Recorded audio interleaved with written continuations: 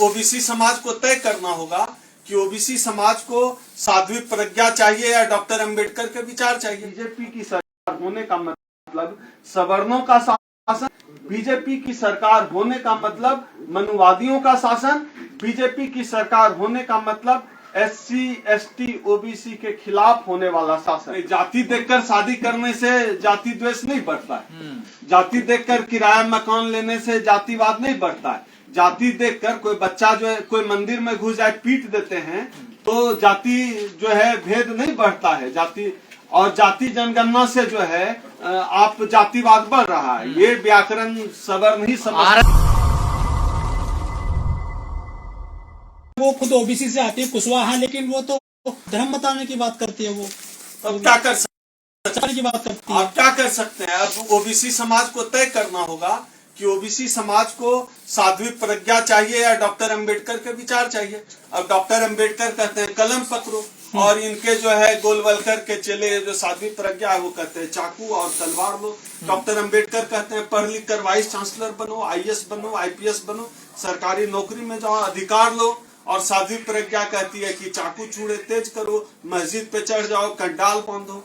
तो ओबीसी समाज को तय करना पड़ेगा कि उनको अंबेडकर के विचार चाहिए या गोलवलकर के विचार चाहिए, क्योंकि हिंदू मुस्लिम कुछ नहीं है इस देश में। इस देश में सीधी लड़ाई बैकवर्ड वर्सेस फॉरवर्ड की है। एक तरफ अंबेडकर खड़े मिलते हैं, दूसरी तरफ गोलवलकर खड़े।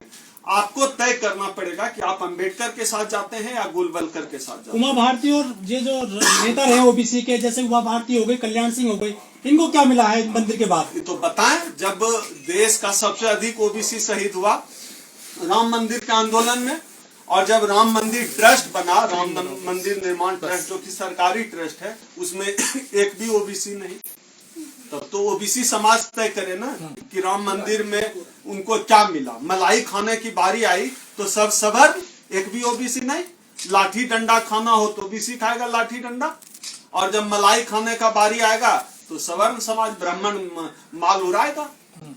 लेकिन सर आप देख रहे हैं जितने भी अत्याचार हो रहे हैं दलितों पर, वो सब बैकवर्ड के ही लोग कर रहे हैं, और आप बैकवर्ड की कयाद कर रहे हैं, उनके आरक्षण की बात कर रहे हैं। देखिए क्या है कि सामाजिक ताना बाना इस तरह का है ना भारतीय समाज में, जाति में इस तरह बटे हुए हैं कि ये इस ढांचे में हो जाता है। और क्या है कि ब्राह्मण जो है वो खुद से नहीं करेगा, सवर्ण खुद से नहीं करेगा, वो चालाक है, वो सातिर है, आपको आपस में लड़ा देगा, वो खुद नहीं करेगा। मनुवादी बहुत चालाक है, वो आपसे बहुत हिंसक है, वो बहुत सातिर है, बहुत खतरनाक है, वो यहाँ से खेलते हैं। हमारे लोग जो है देह से खेलते हैं और सवर्ण समाज यहाँ से खेलता है, वो नहीं लड़ेगा, वो आपको लड़ा देगा।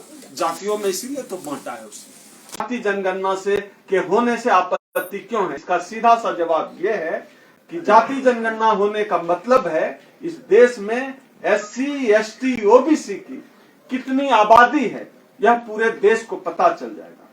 साथ ही साथ यह भी पता चल जाएगा कि अगर इस देश में एससी एसटी ओबीसी की आबादी 90 से 95% है तो क्या वो इस देश के संसाधन में अपनी आबादी के हिसाब से प्रतिनिधित्व ले रहे हैं, अपनी आबादी के हिसाब से भागीदारी ले रहे हैं?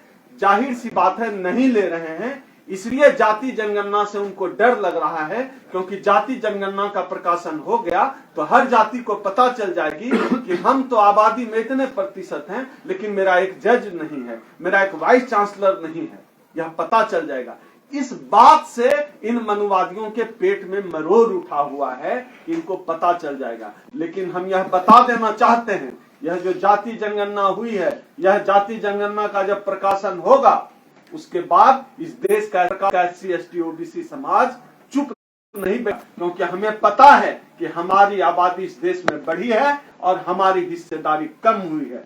अब हमारी अगली लड़ाई आबादी के हिसाब से भागीदारी होगी, और जो बिहार का जो जाति जनगणना का प्रकाशन है उसको होने के बाद उसको सैंपल माना जाएगा कि जितनी आबादी बिहार में बढ़ी है उसी के हिसाब से, उसी अनुपात में पूरे देश में एससी एसटी ओबीसी समाज की आबादी बढ़ी है, उनका प्रतिनिधित्व बढ़ना चाहिए, उनकी भागीदारी बढ़नी चाहिए। इस मांग के साथ हम लोग आगे बढ़ेंगे। सर कानून के तहत मतलब जातियों को कई बार दिया गया है। जैसे उत्तर प्रदेश के अंदर निकाय चुनाव के अंदर ओबीसी का आरक्षण खत्म कर दिया है, जबकि मध्य प्रदेश छत्तीसगढ़ के अंदर वो आरक्षण लागू किया गया। नहीं, ये तो पूरे देश में हो रहा है। जहां भी बीजेपी की सरकार नहीं है वहां की सरकारें लगातार एससी, एसटी, ओबीसी को उनका हक देने की कोशिश कर रही है।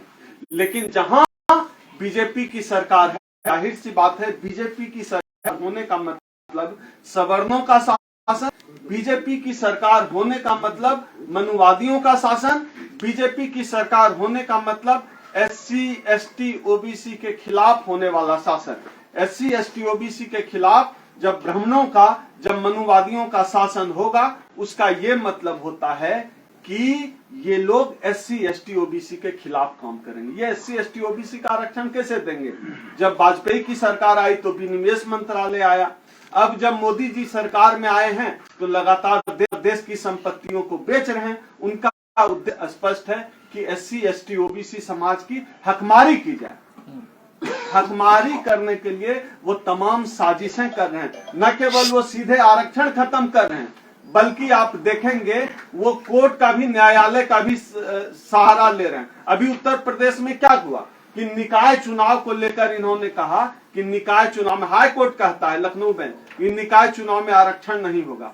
मतलब आप देखिए न्यायपालिका का मनोबल कितना बढ़ा हुआ है कि वो अपने मनुवादी एजेंडे को न्यायपालिका सरकार के साथ साठ गांठ करके लागू कर रही है। उसको पता है कि इस देश में जो है अभी सरकार उनके पक्ष में है, वो एससी, एसटी, ओबीसी समाज को दोबारा जो है मनुवाद के दौर में धकेलने की तैयारी कर चुके हैं। सर, पहले बैकवर्ड के लोग जो राजनेता थे वो कहते थे अपने तलवार और चक्कू घिस लो, क्योंकि ये बाद में काम में आएंगे। और आज बैकवर्ड के लोगों को जब आरक्षण जा रहा है तो चुप क्यों बैठे हैं? नहीं, ये तो जागरूकता का मामला है ना। हमारे समाज में जागरूकता तो हुई, मान्यवर कांशीराम साहब ने बड़ी जागरूकता हुई, लेकिन जागरूकता गलत दिशा में चली गई। गलत दिशा में ये चली गई कि जिस राजनीतिक दल को देश के एससी, एसटी, ओबीसी समाज ने सत्ता में पहुंचाया, वो राजनीतिक दल खुद ही जातिवादी हो गए।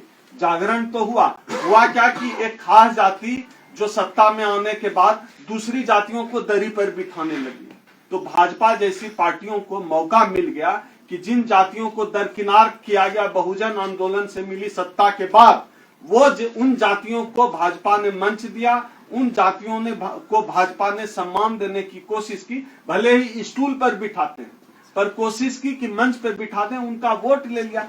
तो यह जो जागरूकता है, ये राजनीतिक दिशा सही तरीके से नहीं पा सकी, इस वजह से इस तरह का भटकाव समाज का देखने को मिला। लेकिन हाल के दिनों में बहुत सारे स्तर पे परिवर्तन हुआ है, बहुत लेवल पे परिवर्तन हुआ है। अब पहले वाली बात नहीं रही कि जो है आप एससी, एसटी, ओबीसी का आरक्षण खा लेंगे, कुछ नहीं कहा जाएगा। अभी जो लखनऊ वाला मामला आया निकाय चुनाव में, कोर्ट को वापस लेना पड़ा ना, एससी, एसटी एक्ट को लेकर जो कोर्ट का फैसला था वापस होना पड़ा। तो अब वो मामला नहीं है। अब समाज थोड़ा जगा है, असर भी है उसका, जागरण का, लोग आवाज उठाते हैं और सत्ता तक बस यह समाज अपनी आवाज, ऊंची आवाज करके जरा 2 अप्रैल 2018 जैसा आंदोलन करके बस सत्ता के काम तक पहुंचा दे। लेकिन सर 128 ओबीसी सांसद भी हैं, वो तो कोई डिमांड नहीं कर रहे हैं जनगणना की। नहीं, क्यों करेंगे? ये जो ओबीसी सांसद हैं 128, उन ओबीसी सांसद को आपने इसलिए थोड़ा ही वोट दिया था कि वो आपके जाति की बात करेंगे। आप तो वोट दे रहे थे मोदी को, आप वोट दे रहे थे धारा 170 370 हटेगा। आप तो वोट इसलिए दे रहे थे उनको कि मोदी जी राम मंदिर बनवाएंगे। आप तो वोट इसलिए दे रहे थे कि मुसलमानों का चूड़ी टाइट किया जाएगा।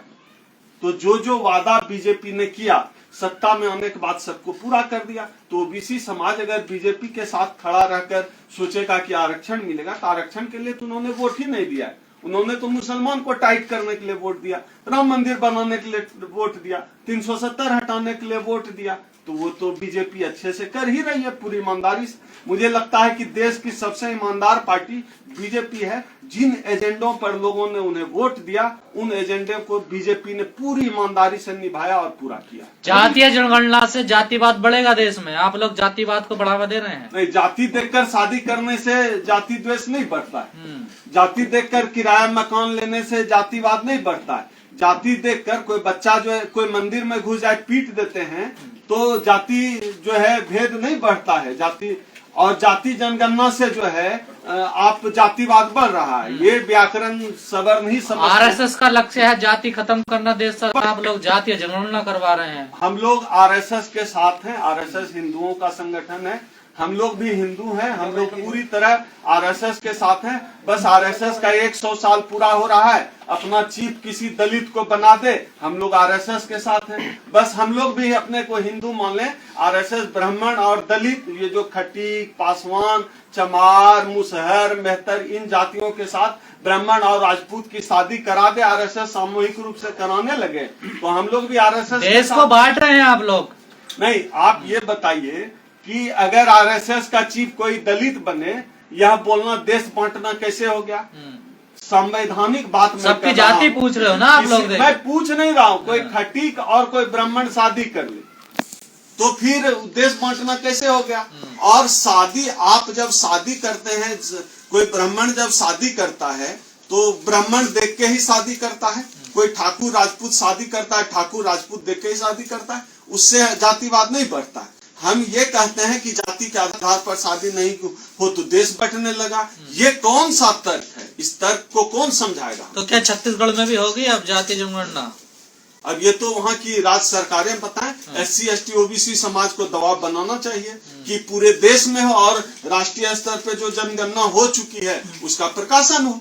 डॉक्टर साहब, प्रवीण तोगड़े ने बोला है कि जितने भी संवैधानिक पद हैं सभी पे हिंदुओं को नियुक्त किया जाना चाहिए, मुस्लिमों को नहीं किया जाना चाहिए। नहीं, तो उसमें प्रवीण तोगड़िया ने कहने में ही देर कर दिया। कौन सा पद पे अभी मुसलमान नियुक्त है? देश का प्रधानमंत्री, राष्ट्रपति, राज्यपाल, एक भी मिनिस्टर मुसलमान नहीं है, जज मुसलमान नहीं है, CBI का चीफ नहीं, ID का चीफ नहीं, RBI का गवर्नर नहीं, कोई राज्यपाल, कहाँ है मुसलमान? तो प्रवीण तोगड़िया बोलने में देर कर रहा है। मोदी जी कब का हिंदू राष्ट्र भारत को बना चुके हैं। लेकिन मोदी जी खुद कह चुके हैं। ये अलग बात है कि सब जगह हिंदू है, प्रधानमंत्री, राष्ट्रपति, जज, एंकर सब हिंदू है, बावजूद इसके जो है हिंदू खतरे में है। मोदी जी के लिए चिंता की बात। लेकिन मोदी जी कह चुके हैं कि मैं तो खुद OBC पिछड़ी जाति से आता हूँ। ये तो मैं कई बार कहता हूँ अपने इंटरव्यू में लगातार कि हमें अपनी जाति का नेता नहीं चाहिए, हमें अपनी जाति की बात करने वाला नेता चाहिए।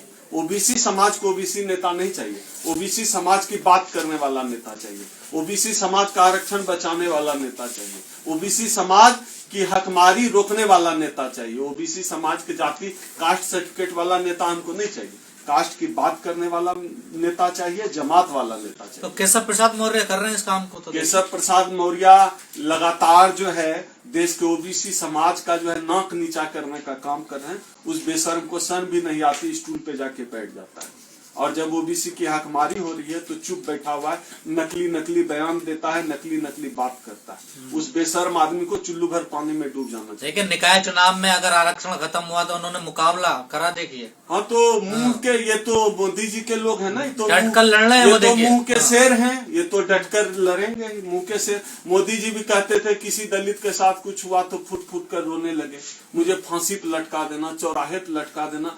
पता नहीं नौटंकी करने में ये जो है, मुझे अगर सच में ये आदमी पढ़ा लिखा होता, मुझे लगता है कि ये आदमी NSD में टॉपर होता, नेशनल स्कूल ऑफ ड्रामा में, और एक्टिंग में इनकी टक्कर अमिताभ बच्चन से ही होती मोदी जी की। इतने खतरनाक झूठे एक्टर। चलिए।